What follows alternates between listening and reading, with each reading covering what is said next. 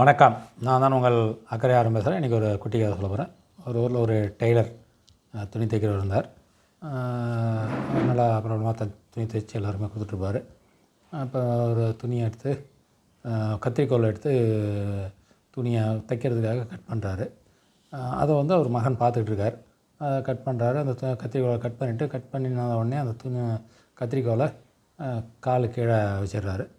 அவர் எல்லாம் தைச்சி எல்லாம் முடித்ததுக்கப்புறம் மேலே அந்த இது பண்ணுறதுக்கு ஊசியால் அதை கோக்குறார். ஊசியால் குத்தி ஒன்றா தைக்கிறார். இது பண்ணும்போது அந்த ஊசியை ரொம்ப பத்திரமா அவருடைய தொப்பியில் மேலே பாதுகாப்பாக சொருகி வைக்கிறார். இதை பார்த்துக்கிட்டே இருந்த மகன் கேட்குறாரு, அப்பா நீங்கள் செய்கிற வேலை நல்லா தான் இருக்குது, அதனால் நீங்கள் எனக்கு ஒரு சின்ன விஷயம் புரியல. கத்திரிக்கோள் கொஞ்சம் விலை உயர்ந்தது, அந்த நல்லா அழகான பொருள் அதை காலு கீழே வைக்கிறீங்க. இந்த ஊசி விலை மலிவானது, அதை ரொம்ப பாதுகாப்பாக சின்னது, அதை ரொம்ப பாதுகாப்பாக வைக்கிறீங்களே ஏன்னு அப்படி கேட்டார். உடனே அந்த டெய்லர் சொன்னார், மகனே இது ஒன்றும் பெரிய இது இல்லை, கத்திரி அந்த துணியை பிரிக்க உதவுது, அதனுடைய வேலை பிரிக்குது.